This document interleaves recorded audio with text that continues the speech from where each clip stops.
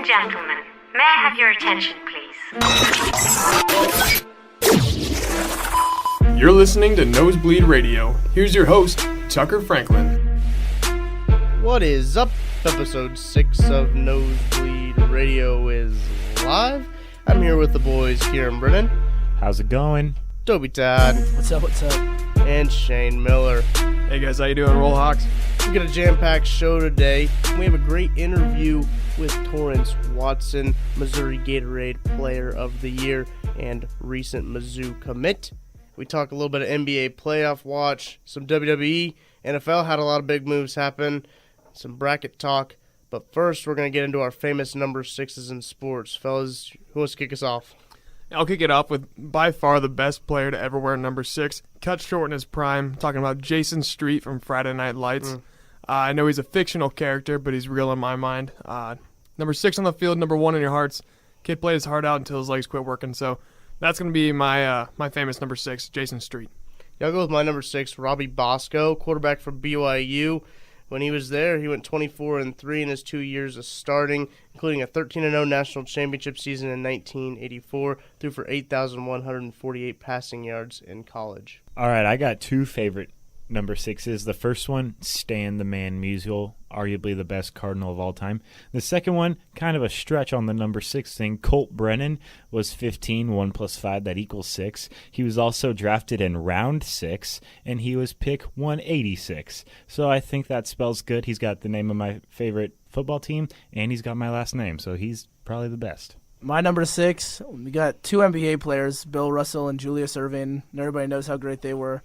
I'm also going to say number 6, quarterback for Texas Tech in the golden years for Red Raider football, Graham Harrell. He threw the game-winning touchdown pass to Crabtree against Texas, one of the greatest college football plays I've ever seen, and really just a real-life Jason Street, Shane's character, come to life, small-town Texas, went on to play college ball, didn't end up in a wheelchair, but ended up behind Aaron Rodgers, so basically incapacitated for football. Right. I thought you were going to say heyday of Texas Tech football. I thought you were going to say Pat Mahomes. Yeah. Still a great quarterback. Great quarterback. Let's go ahead and get into the bracket talk. Selection Sunday was this last Sunday. Toby was watching it. Toby, we talked about the new format last week. We weren't too hot on it, but what did you think about it when you watched it? The selection show was actually not that bad. I thought they were going to just come out with the entire bracket and just shove it in your face right away. They actually just introduced the teams. So they showed all 32 automatic qualifiers. They put them up on a big board. I wasn't a huge fan of the live studio audience, but they showed all the teams up on the big board, all 32 that originally made it. Then they went alphabetical order for teams that got the at-large bids. I think one way to improve that for sure is just to do away with doing it alphabetically. Right. You know, kind of go down the line and just say, all right, these are the teams that obviously we're going to get at-large bids. It kind of took some of the suspense away. When Arizona State was the second team announced, you already knew some teams' bubbles were completely burst after that moment. But all in all, the show wasn't terrible. Oklahoma State not getting in is a travesty. Yeah. USC not getting in over UCLA, another travesty. So the selection itself, I have some problems with. I have some issues with that.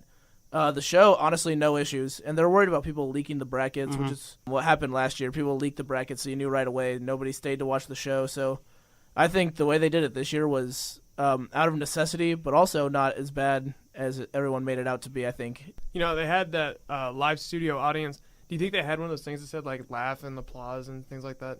Or do you think it was just all genuine reaction? Because every time I see a live studio audience, I'm always, like, curious whether they're actually enjoying the show they're watching or if it's all just kind of being told what to do. Yeah, I always assume that they do. Like, yeah. Jimmy Fallon has that live thing, and he's not that funny. Jimmy Fallon, he's funny, but he's not that funny. Like, well, he laughs at everything, so like everyone else was like, okay, this is old, and so they need to be told when to laugh. Now, we posted a blog earlier on when the bracket came out. We filled out our first impression brackets. So, fellas, we want to know, who do you got in your Final Four? First impression, this was purely gut, but my Final Four consisted of the Virginia Cavaliers, Purdue Boilermakers, Auburn Tigers, and Michigan Wolverines. I feel like Michigan has the easiest route, as the West is kind of a weaker division. Xavier's a weak number 1. So I feel like Michigan could be a 3 seed that surprises most people and makes it to the Final Four. I agree with Kieran in the West. I've got Michigan. I want to revise a little bit in the South region because originally I had Kentucky going because John Calipari teams don't lose early in March. But I think just based on talent, I would like to flip that to Arizona. I know that second round game is going to be really tough on Arizona, but I've got them beating Kentucky. They'll probably play Virginia, Sweet 16. Maybe play Virginia. I've got the Wildcats going from the South. Another Wildcats, I've got Villanova making it. I think that their route was very well set up for them. And then down in the Midwest, I've got no idea. With a bias, I'd say KU. Unbiased, I'd go Duke Blue Devils. I just think there's too much talent. Udoka Azubuike is questionable for the entire NCAA tournament. And Duke's just got too much inside and absolutely will not, under any circumstance, ever pick Michigan State to go to the Final Four. I went a different way. I put Michigan State in my Final Four. Hate them. Not a big Michigan State fan, but I also hate Duke, so I didn't want to put them in either. But although I do think they're a really talented team, I just am hoping Grayson Allen just chokes and has a terrible tournament. But in the West, I've got UNC going. I think they're a really talented team. I don't think Xavier's going to be able to go the distance. I think Gonzaga is going to lose a really close game to UNC. My heart wants to say Michigan. I do like Michigan coming from the Big Ten. I like the school in general, but I think UNC has just way more experience in the tournament. I just don't know if Michigan can really has the legs to take it all the way to the Final Four. The South was by far the hardest region for me to pick. That was just completely stacked with solid programs, solid teams all around. I've got Cincinnati going the distance to the Final Four, going all the way to the championship, actually, where I have them losing to Villanova. But I think Kentucky's a really good squad. I think it's going to be tough for them to lose early. Like Toby said, John Calipari teams don't lose early in the tournament. Virginia's a great team. I think that's going to be a really close game between Virginia and Kentucky if they get there, which is what I'm predicting is going to happen. Tennessee's a good squad as well, so that, I think, was the hardest one for me to fill out. And like I said, I got Villanova coming in from the East. I just think they're too good to not have in the championship. I've got them winning over Cincinnati. I put the score at 81-79. I think it's going to be a close game, but great tournament all around. Yeah, like you said, with the South, it's so stacked. I could see Virginia, Kentucky, Arizona, Tennessee, Cincinnati. I could even see Nevada, honestly, making it to the Final Four. The one thing about Arizona, I think all the sideline distractions with Sean Miller, I think that's going to get to him a little bit. I think that's just mentally is going to take a toll on him at some point. You know, I know a lot of they're denying everything, but with everything that's coming at him from all angles and then having to go on the court and perform in a full tournament like this where every single game, every second matters. So I don't know if I think that's going to have a big effect on him. Yeah, you saying that, though, but I picked Arizona in my Final Four, along with Michigan. I think their path's pretty easy. They have the easiest one seed in Xavier. Up in the East region, I picked Purdue beating Villanova. I think Purdue's a very good ball club. I'm surprised more people, especially from you, Toby, and you, Shane, that's a Big Ten school. You guys don't really like Purdue, though. I don't know what it is. I like Purdue. I think when you look at Purdue matched up against Villanova, I don't like the fact that Purdue's point guard is, 5'9", 5'10", and you've got the best post-up guard in all of college basketball, maybe the best guard in college basketball, in Jalen Brunson. You've got a team that has a lot of experience. Jay Wright's coached that Villanova team, to a lot of tournament success, especially lately. But last year, little underwhelming Big Ten team with two good big men did beat Villanova in the second round of the tournament. I would not be shocked to see Purdue go to the Final Four. I hate Purdue, but I honestly could not tell you why I hate Purdue so much with a passion. They're one of those teams that every time we play them in the Big Ten, can't stand them. I want to beat them by 150. But honest to God, couldn't tell you why I have so much against Purdue. The bracket that that was posted on the blog, that was strictly gut reaction from me. I actually have, in the other brackets that I filled out, I actually have Villanova winning it. I think that Villanova, Jalen Brunson is just too good. I think that that's a team that they won't beat themselves. They will go out there and they will make you beat them, which honestly, they don't turn the ball over. So you beating them, that's going to be probably the most difficult task to do. And I wrap up my Final Four with Auburn, having beaten Kansas in the Sweet 16. Maybe that was a little biased. I don't really like Kansas, but also I don't think Kansas makes it into the Final Four. There's all those jokes you see, especially on Selection Sunday, about the chance you get to fill out a perfect bracket is the same chance that Kansas has to get into the Final Four. So I like to poke fun at Kansas a little bit, and we saw Auburn earlier this year. Good ball team. Every time Mizzou tried to make a run at them, Auburn just kept coming back with more points. But I think Auburn, so that makes my Final Four Arizona, Purdue, Michigan, and Auburn. My finals is Arizona and Auburn, and Arizona taking the cake 78-77. We're going to keep on the theme of college basketball. We look at these one seeds. You have UVA, Villanova, Xavier, Kansas. Which do you think will be the first one seed eliminated? I'm going to take Xavier first, the first 1 seed out. I think they're honestly the weakest 1 seed. I really don't know how they got to the 1 seed. The West region is really weak, so they put them at the 1 seed. Put them against any other 1 seed, or put them in any other region, honestly, I don't think they're a 1 seed. Yeah, I agree. I think Xavier will be the first 1 seed out. Probably happen around, I don't think Missouri or Florida State could beat them, but it'll probably happen in the Sweet 16 area. But with all these 1s and 16 games, I feel like Penn will give Kansas more of a run for their money than the other 16 seeds will give their 1 seeds. Kansas will still probably beat Penn by 15 to 20 points, but it'll be closer than all the other games. Along that same line, I've got 2 1 seeds going out Sweet 16. And disclosure, we filmed this on Wednesday before all the tournament games started, so if one of these teams gets knocked out before the Sweet 16, just saying. But I've got Xavier, going down. I've got them going down Sweet 16. I could definitely see Xavier losing to a team like Florida State or Mizzou, second round of the tournament. If Mizzou's talent plays up to par, if Jordan Barnett, stays, get through that first stays over. Get through the first round game without him. Yeah, get through that first round game against Florida State without him. Get him back. He's going to be motivated. I think that game could be very close. And then another one, I think it's a little surprising, but Virginia, they've only lost 2 games this year, and they were both to other Virginia schools, Virginia Tech and West Virginia. Virginia is one of those teams who relies so heavily on their defense. They lost DeAndre Hunter for the entire tournament. They're 6-man, their big scorer. And if you catch a team like Kansas State or Creighton while they're playing hot, that is a tough team to defend. Those are both tough teams to defend. If you get into a scoring battle and you don't have that 6-man, that's going to be a very tough team to beat. So I think I could see Virginia losing second round. And also, Virginia's got probably 2 very underseeded 4 and 5s after that in the Sweet 16. It's no disrespect to the Cavaliers, and they've had a great season, but the lack of tournament success that they have had, I think, is ultimately it's engraved in my mind, for sure, that Virginia is just not making the Final Four. I don't care how good of a year they've had. There's something about them that I just can't see them making the Final Four. So I think Virginia and Xavier are definitely the 2 1 seeds that are going to lose first. And to add on to your point about Virginia, even if they get past a Creighton or Kansas State, they will still have to face a high-powered offense in Kentucky or Arizona. Most likely, upsets happen, but Kentucky or Arizona seems like the most likely thing. So they have probably the toughest task ahead of them, which is not real common of a number 1 overall seed. Usually, number 1 overall, they get a pretty easy bracket, whereas everybody else gets more difficult ones. Also, since we filmed this on a Wednesday, if any of these predictions are wrong, this is all just pranks, so don't worry about it. Yeah, just pranks. My number 1 seed that's going to go down is Xavier. They're going to lose to Mizzou, and that's not even a question. That's just going to happen. I have Mizzou going all the way to the Elite 8, so at me. Bias much? No. All skills. Okay. You got any Cinderellas, fellas? One of the ones that I can remember Toby talking about was St. Bonaventure. They won against UCLA. Good game.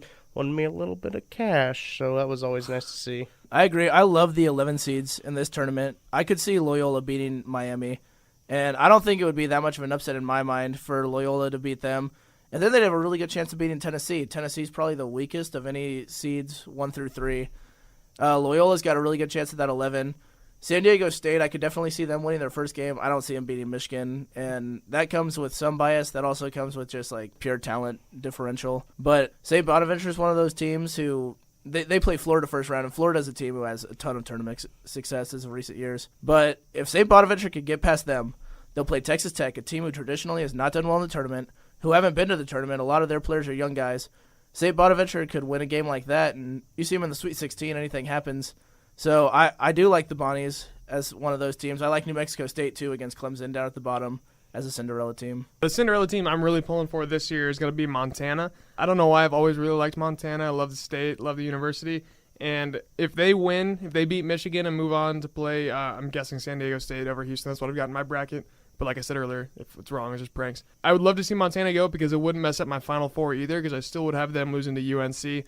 I wouldn't have UNC beating Gonzaga in the Elite Eight. So Montana's going to be my Cinderella team I'm going to cheer for this year. I've got Providence over Texas A&M. Providence beat Xavier in the Big East tournament. I think that they're a team that can definitely beat A&M. A&M was one of those teams early in the season that was hot and cold. Yeah, they lost to Alabama on that buzzer beater, which Alabama over here is a 9 seed. A&M is a 7. So I think Providence is going to be my Cinderella story. Do you think Providence, they played in the Big East tournament, they went to the finals. They played 3 straight overtime games. Do you think that the time off and the confidence of just having beaten a number 1 seed in overtime taking, Villanova, another number 1 seed, into overtime in that championship game? Do you think they're coming in with just a lot of confidence? If they beat Texas A&M, could you potentially see them beating North Carolina, playing the way they are right now? Yeah, and if Ed Cooley wears his ripped pants, those are magical. So I think that Ed Cooley's ripped pants, combined with all the momentum that they have, it's going to be a good tournament run for the Providence Friars. I've kind of got a double-digit seed that I'm pulling for in each division. I don't know if that's the correct term. Region. That's the word I've been looking for. I'm obviously pulling for Butler in the East, Davidson in the South, and then I'm pulling for Iona in the Midwest, partially because I hate Duke so much. But wait, if Rhode Island makes a run for it, would that be considered a Cinderella? All right, yeah, Rhode Island, there's my Cinderella. This isn't really a Cinderella team because they're a 9 seed, so it's not super low ranked. I don't think you can really have a Cinderella seed that's a single-digit ranking. Do you think it's going to benefit them in the tournament that they're going to play with all 5 players the whole tournament? Or do you think, when you work out and stuff and you put on extra weights while you're running, so then when you take them off, you run faster, or on your bat when you're practice swinging, you can swing faster? You think them being able to play with 3 guys the way they did that one game really well will benefit them in the long term, having those extra 2 guys on the court? It's going to be hard because Colin Sexton has to give up the ball more. When he was playing with 3 people, he could just take all the shots. There's only one ball. Yeah, only one ball. That's my argument there. We'll go ahead and move to some NFL talk. Lots of stuff happened since we've talked last. Lots of stuff, and Cleveland has gone down. And I don't even know what to think about it, to be honest with you. Cleveland's out here trying to win games now instead of go 0-16. It's really unfortunate that Joe Thomas picked this season to retire. Just as they're starting to put all the pieces in, Joe Thomas leaves. Browns now, I think with the moves that have recently been made, they got Carlos Hyde, the running back from San Francisco. How much does this affect them in the draft? Because now you could see them potentially maybe not taking Saquon if they feel that strongly about Carlos Hyde. I think it'd be wrong of them not to take Saquon, but now you could see him taking a guy like Quentin Nelson, Mike McGlinchey from Notre Dame, one of those linemen at 4, maybe to come in and replace Joe Thomas. And I just think all the Browns moves that they've made now, I think it's really an investment for the fans in Cleveland. I think Cleveland has been so down for so long, and the fans are just waiting. They've been waiting for so long for the Browns to make a splash. They've been tired of getting these middle-of-the-road players who aren't going to change the franchise. They're tired of getting these guys who have no star appeal or anything. They got Jarvis Landry. They've gotten some big names in free agency, and I'm really excited for Cleveland, and I'm excited for their fans because there's never been this much excitement around the team as far as I can remember. So I said earlier that the Browns are the only team that can mess up the drafts that they have right now, having the number 1 and number 4, being able to draft Saquon Barkley and a good quarterback still. And I think, honestly, with them picking up Carlos Hyde, they're kind of shooting themselves in the foot by not taking Saquon Barkley. I think Barkley, I know we haven't seen him play in the NFL yet, but just by pure athleticism, he's the best running back athlete we've seen come out of the draft since Bo Jackson, with all of the stats he's putting up as far as strength and speed and size combined. So now them signing Carlos Hyde makes me think that they're not going to take Saquon number 1. They're going to try to save some money and maybe pick up something else and have another younger running back. It makes me think they might take someone like Sonny Michel that they think they can turn into a better running back while Carlos Hyde is running for them for a year or so. Same way they got Tyrod Taylor at quarterback. I think they're still going to draft a quarterback just so he can learn for a year under Tyrod Taylor or something like that while he takes a snap so they can look at the playbook. But I think it's dumb for them to not take Saquon. So I still think he is the best athlete to come out of the draft this year. I think if you have the number 1 pick, you absolutely have to take Saquon, but now they're going to have to pay Saquon a number 1 draft pick salary, basically, and you're going to have to pay Carlos Hyde whatever he wants as you sign him. So I think that was a dumb move by them picking up Carlos Hyde. Love they picked up Jarvis Landry. That's going to be big for them. I think the worst thing for the Browns, though, this year is that we're not going to be able to see another 0-16 parade because they're definitely going to win some games this year. They're not going to go 0-16 with the talent they have, but they're not going to make a playoff run either. So I think they're going to be a middle-of-the-road team. Best case scenario they get is a wild card bid, but that's way better than 0-16. I'm just bummed I'm not going to be able to see another toilet bowl on a parade. Maybe unpopular opinion here, but with the addition of Carlos Hyde, I do not see the need for the Browns to take Saquon Barkley at number 1.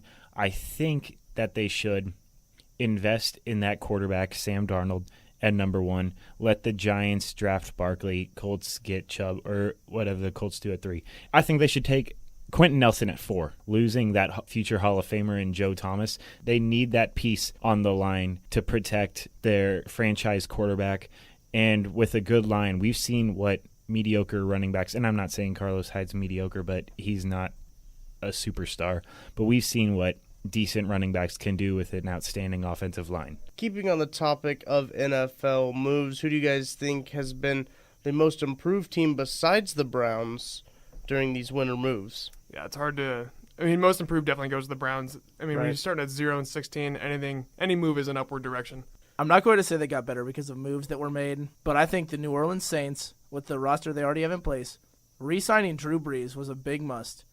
Today they signed Patrick Robinson, cornerback from the Eagles, who will come in. He'll play alongside Marshawn Lattimore, who, even though he's a Buckeye, very good football player, strong young defense, and a really up-and-coming offense with those running backs that they have. That's a very scary team, and I think re-signing Drew Brees has been the best move that any team has made in the offseason so far this year. And I think the Saints are easily the closest team to challenging the Eagles in the NFC. One team that comes to mind when you're talking most improvement, one team that comes in mind for me is the Miami Dolphins signing Danny Amendola. My initial thought to hearing that he was moving down south to Miami was RIP to his career because I forgot that they had Ryan Tannehill coming back as a quarterback this year. Danny Amendola has already proven that he can make moves downfield. He can get open. He can make big plays when he needs to. I think he's going to have to be the guy in Miami. I don't really see any other great receivers that they have anymore, but I do think that him joining their receiving core makes their team a little bit better. And like I said, they had a lot of room for improvement coming off last season, so I think that's going to improve their offense a little bit. An improved team, I think, this may be a little biased, but I think the Kansas City Chiefs, you see their moves on defense, you're like, what are they doing? They get rid of all their old guys. They got rid of Tom Hawley, Ron Parker, but then they add Sammy Watkins on offense, and if all these pieces are clicking with Tyreek Hill, Sammy Watkins, Kareem Hunt, Travis Kelce, and Pat Mahomes, that offense is going to be killer. I think the Minnesota Vikings got a whole lot better than they were last year, and they were really good last year. Case Keenum had a season that was once in a lifetime, and I'm gonna say never gonna happen again. And they got Kirk Cousins, who performs like Case Keenum did last year, and he performs that way on a consistent basis. Even his bad seasons are right around that same Case Keenum type statistics. Minnesota's got a stellar defense. They got Case Keenum. They're going to get Dalvin Cook back, which, if you guys remember, he tore up the first 4 games. So getting him back, that's like another offseason addition. So I feel like the Minnesota Vikings, even though they were really good last year, I feel like they are one of the most improved teams. Speaking of Case Keenum, why does the Denver Broncos just love mediocre quarterbacks? Like, they got Trevor Siemian last year. Peyton Manning. Peyton Manning's better than mediocre. He's Super Bowl MVP. He's got 2 rings. Jay Cutler.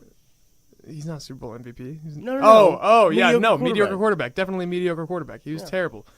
Tim Tebow, very mediocre quarterback, although he had God on his side for a while to help him win a couple playoff games. So that helped. Well, I meant when he was winning playoff games. You know what I mean? He's still there. But now they just signed Case Keenum. They just signed, like Kieran said, like another mediocre quarterback at best. He had one good season because no one expected anything out of him. It's almost similar to Nick Foles. I don't think Nick Foles is that good. Just no one expected anything out of him. And then when he performed well, people were like, oh, my God, he's good. And I don't think he's good. I think he was underestimated, and then he just lived up to like normal quarterback standards. He just didn't screw up the offense. So I think Case Keenum is very mediocre. I watched Case Keenum play for several seasons in St. Louis, and I'm going to say he was correctly estimated and then just overachieved. Like, it was awful. Watching him and Austin Davis pass around the starting role was something to give me nightmares. I think one more team, just to add on, that has really improved over the offseason and even at the end of last year, the San Francisco 49ers. I think the addition of Richard Sherman to a defense that really had no star power on it, but had some good young players. And obviously Jimmy Garoppolo's come in. He's never lost a game as a starter.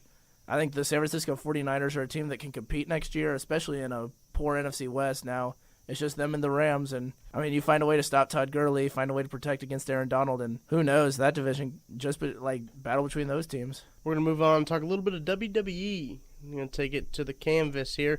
Kieran likes to watch us some WWE. So, Kieran, what did you think about this week? I thought it was a very eventful week, but I feel like all the storylines are doing is trying to get everybody hyped for WrestleMania, of course, which I am hyped for WrestleMania. So it was a pretty good show overall. I'd probably give it like a B. You know, B's get degrees. B's get degrees, right? Kill for a bean sometime. Mm-hmm. All right. Well, the show started off with it was supposed to be a face-off between Roman Reigns and Brock Lesnar, but Brock Lesnar didn't show up again, probably because of that contract he has, but he's hiding behind that contract. Roman Reigns keeps calling him out on it. He didn't show up. Kurt Angle told Roman Reigns he didn't show up, and Roman Reigns stormed off and confronted Vince McMahon about it. You got to bring it to the top dog. He brought it up to the top. You got it. over his head. The next thing was Sasha Banks took on Sonya Deville. It started off, Banks was handling it, and then Mindy Rose got involved. One of those typical, like, someone else comes to watch the match, gets involved, has no place to get involved. Bailey was in the corner of Sasha Banks, handled Mindy Rose. Banks was able to finish off Sonya Deville with her patented Banks statement. The middle part of the show was a lot of promos. They had Miz TV with Finn Balor and Seth Rollins, where really all the Miz was doing was stirring the pot between Finn Balor and Seth Rollins, and it showed in the match between the two later on. John Cena did a promo trying to coax The Undertaker out of retirement. It looks like The Undertaker's going to come out of retirement, although I think that would be awful if The Undertaker come out of retirement, because he just needs to stay retired. Some people just need to stay retired. Brett Favre. Braun Strowman and Elias, their rivalry has been heating up. Braun Strowman discussed throwing a piano on Elias on the last one. Elias blames the fans. I don't like Elias. I don't like him that much. He's a pretty good heel, I guess. Pompous. He's pompous. Word of the day. Pompous. I'm going to say this is an anti-Elias podcast. Boom. Put it down. Another one. And during his rant, Strowman vowed to find another way into WrestleMania. After that, Seth Rollins took on Finn Balor. The match was really going back and forth. Eventually, Finn Balor won after countering a Rollins superplex. After that, Asuka got a promo, which, I hate to say it, those are kind of tough to watch sometimes. Yeah. She challenged Charlotte Flair for the SmackDown Women's Championship, which is weird because Asuka's a Raw girl. Yeah, I don't get those. I don't get them. Yeah, but, oh well, whatever. After the promo, she turned around and took on Mickie James. The match between Balor and Rollins and Asuka and Mickie James, they're both really good matches because they're between people who they don't have good chemistry with each other. So they just like absolutely go after each other in the ring, and it's fun to watch. After that, Nia Jax took on a local wrestler, an unknown wrestler, in Joan King, and handled it. The main event was the Tag Team Battle Royale. It saw basically Raw, all of their best tag teams face off, which Raw's tag teams are not as good as SmackDown's tag teams. Very true. They're still professional wrestlers, so they're still good at their job. But Titus Worldwide, The Revival, Heath Slater and Rhino, and Balor Club of Anderson and Gallows, they were all wrestling. Braun Strowman got involved, and eventually Braun Strowman won. So, which raises the question, can Braun Strowman wrestle the bar for the tag team championship at WrestleMania? I'm going to say it's probably going to happen.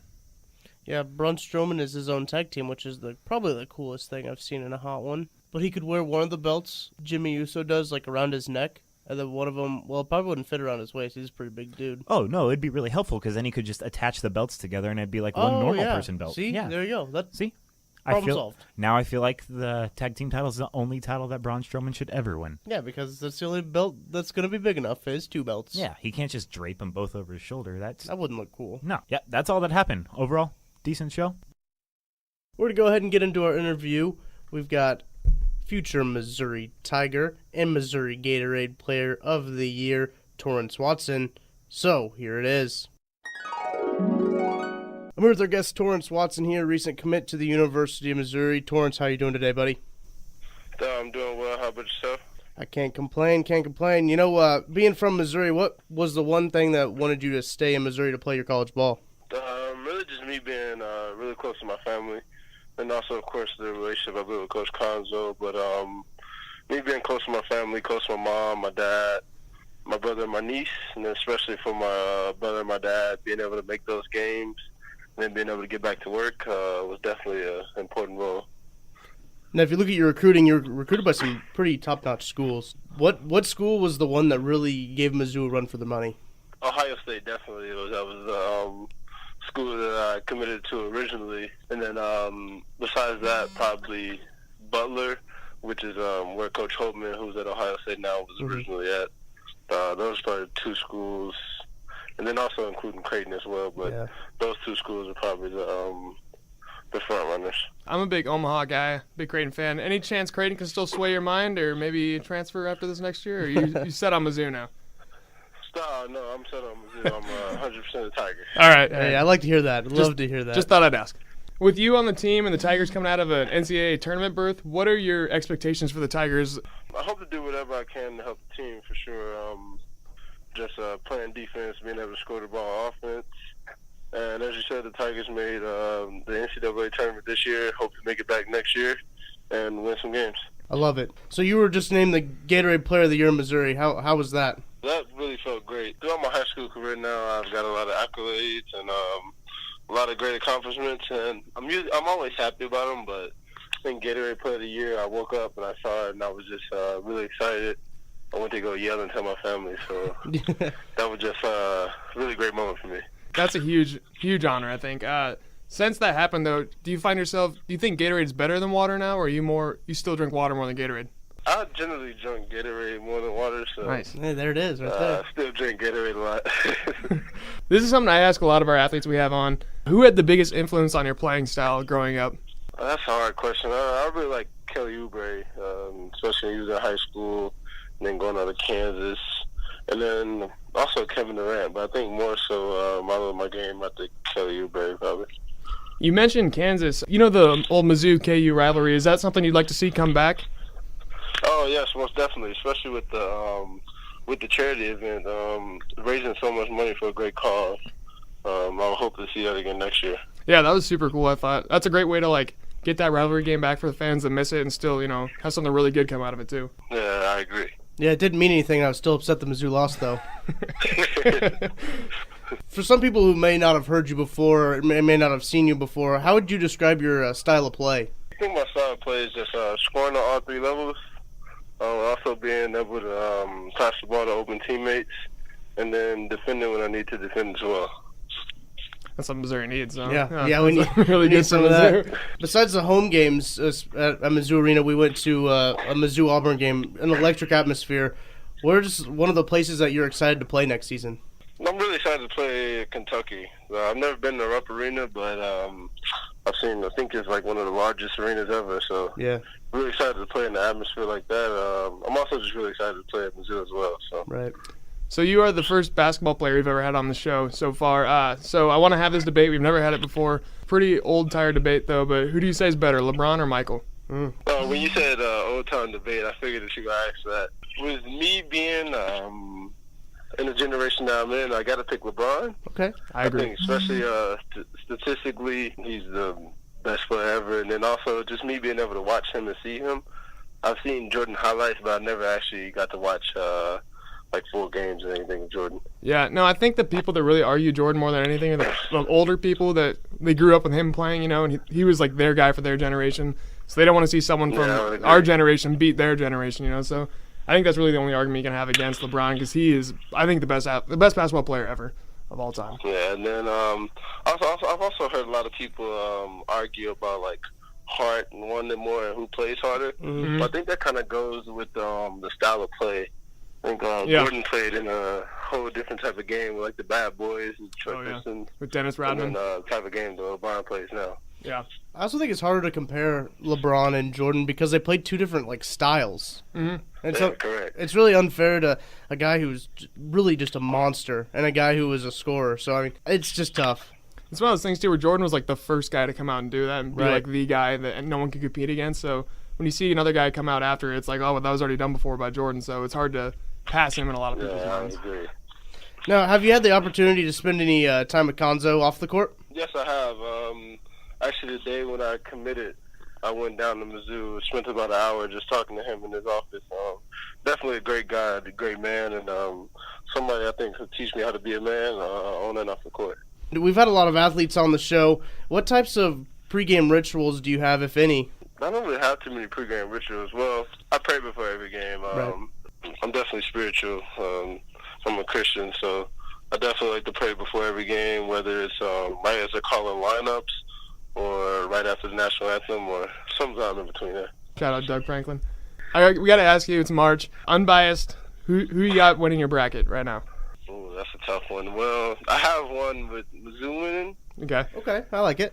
And then I also have one with Duke winning. I think that definitely their presence on the inside. But then again, they do have a young team. I know Virginia is number one in the country right now, but I don't know. I just don't have them winning at all. Did you see Grayson Allen hip check that guy at midcourt? That was pretty sweet.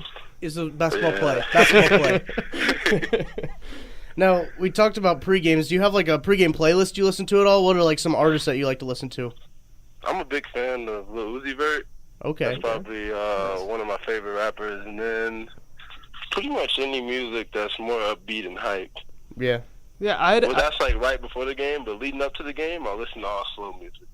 Oh, really? It's just, I don't know what it is about it, but it kind of calms me down. Let's get you in the right mentality. I had a buddy I played football with in high school who would play Let It Be by the Beatles before every game. So shout out Paul Seaman if you're listening to this, but I thought that was the weirdest thing in the world. You listen to Let It Be. So I'll ask you this then.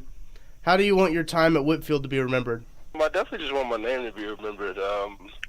Winning Gatorade Player of the Year. I really wanted a state banner to be hanging in that gym, but now I'll be having a Gatorade Player of the Year banner hanging in the gym, and I think that's something that like hangs up there forever. So I think I'll always be remembered for that. But I just kind of always want to be remembered as a great teammate and a great leader and just a great person. I mean, I think that what we saw in your last game, you had, 51 points or something? Yeah, 51 and 68. I think that's someone people are going to remember for a long time. Well, thanks for coming on, Torrence. We really appreciate it. Best of luck at Mizzou. We'll sure be cheering from you here at Nosebleed Knowledge. Absolutely. No, that's it. Thank you, guys. Big thanks to Torrence for coming on. It was a great interview. Had a great time talking a little bit of hoops with him. Fellas, let's get into some more hoops, this time pro hoops. NBA playoff watch. Got tight standings in the Western Conference from what I'm seeing. What do you think, Toby? So the Western Conference playoff race is highly competitive outside of the first two teams, the Rockets and Warriors. Right. Every other team is separated by 3.5 games, I think. And right now, it's actually interesting. The San Antonio Spurs, who in my lifetime have never missed the NBA playoffs, as long as everybody in this room has been alive, the San Antonio Spurs have never missed the playoffs. They actually sit tied with the Utah Jazz for that 8 seed right now, but would sit outside of the playoffs due to tiebreaker. Potentially the first year that we're alive that we see a Greg Popovich coached San Antonio Spurs team miss the NBA playoffs, and that's really impressive since over half the teams of the league make the playoffs, which is a little ridiculous, but that's for another time. For another time. But, I mean, the Spurs right now, they're at a place where their organization hasn't been since, the mid-'90s. There's a lot of questions right now. Is Kawhi Leonard going to stay with the Spurs? Is he going to leave? They've got a lot of players banged up, injured. They thought Rudy Gay was going to come in and do something special with the Spurs, and it just hasn't panned out that way. So they're playing with a lot of less than stellar NBA players is how I'd put it, to be fair. Less than stellar NBA players. And Popovich is trying his best to coach up his guys. He's gotten into it with officials this year. He's gotten into it with the league a little bit. And the Spurs right now are just a real dysfunctional bunch. But as you said it before, the race is so tight. There's no guarantee that the Spurs don't make the playoffs. With Greg Popovich coaching that team, anything's possible. And we'll just have to see, because if they miss the playoffs, that's probably one of the first newsworthy stories this year in the NBA. And then the only other thing I have to really talk about was the Toronto Raptors are really good, and we knew they were good in years past. They get to the playoffs, and they just become LeBron's bitch. Ooh, my bad. Sorry, Mom. And they get there, they just get mauled by the Cavs or whoever they play. It doesn't matter if it's in the semifinals, conference finals. They just go there essentially as a sacrificial lamb to LeBron and his teams. But this year it looks a little bit different. LeBron's team is not quite as star-studded. The Cavaliers slipping a little bit. They fall into the 4th seed behind the Pacers and Celtics, as well as the Raptors. The Raptors are 15-17 right now. They've gone on impressive win streaks. They have a player who, even though he's not going to win the award for most improved player, because usually that's a player who's done nothing, and then all of a sudden he's a breakout player. But DeMar DeRozan is one of the best players in the NBA this year. He's probably, in my opinion, he's a first-team All-NBA guy. And I just think that with the team they have right now, the Raptors, this is the first year I can look at them and say, yeah, this team is legit. This team is for real. And maybe with them and the Boston Celtics, we can see somebody besides LeBron James in the finals for the first time in 7 years. So a lot of firsts in the NBA, maybe in the playoffs. Something that's kind of crazy to think about is Tim Duncan got drafted in 97, and he retired, in 2016? So since he was drafted, they never missed the playoffs. And then just 2 years after he retired, they might miss the playoffs. That's incredible to think of how much of an impact one player has on a team. It is impressive. I mean, just the run that those guys have been on, and the fact that Ginobili is still playing there, that's wild. But you get Ginobili for about 40% of the games. Tony Parker, he's dealt with injuries for the past 5 years, and he's just not the same player that he once was, and he can't work that magic that Popovich wants him to. So it really is impressive how much one guy can change an entire NBA organization just in the blink of an eye. Do you think that the Spurs' struggles have stemmed from the NBA's restriction on resting players who aren't like injured and stuff like that? Because Greg Popovich used to sit Tim Duncan, Ginobili. He used to sit his best players a couple games simply because they're old. We all know that old people need more rest than young people. So do you think that the NBA's recent restrictions have kind of made the Spurs' struggles much larger? It's interesting in San Antonio because they have younger guys now. A lot of younger guys are playing. And actually, Popovich, who at this time of the season in years past would be resting Kawhi Leonard just because he wanted to get him ready for the playoffs, he's meeting with him sometime in the near future. He's going to beg him to come back and play so that they can make the playoffs. So right now it's actually more of them not having their guys. And we don't really know what's wrong with Kawhi. He's had that quad injury. Kawhi Leonard's kind of been out, and it's an Andrew Luck situation. They don't really know. Can he come back? Is it all in his head? There's really never been anything in San Antonio basketball quite like this where they've been imploring their guys to come play more because won 50 games in I don't know how many straight years, but they've always won over 50 games. They're well under pace to do that this year, and it's just a debacle down there in San Antonio for their standards, and they could still make the playoffs. So one thing I wanted to ask you about was the Cavs this year. I wanted to ask if you think that they have the legs to go the distance in the playoffs this year and maybe make it back to another NBA Finals. You know, mid-season they basically scrapped their whole team, got a whole new roster.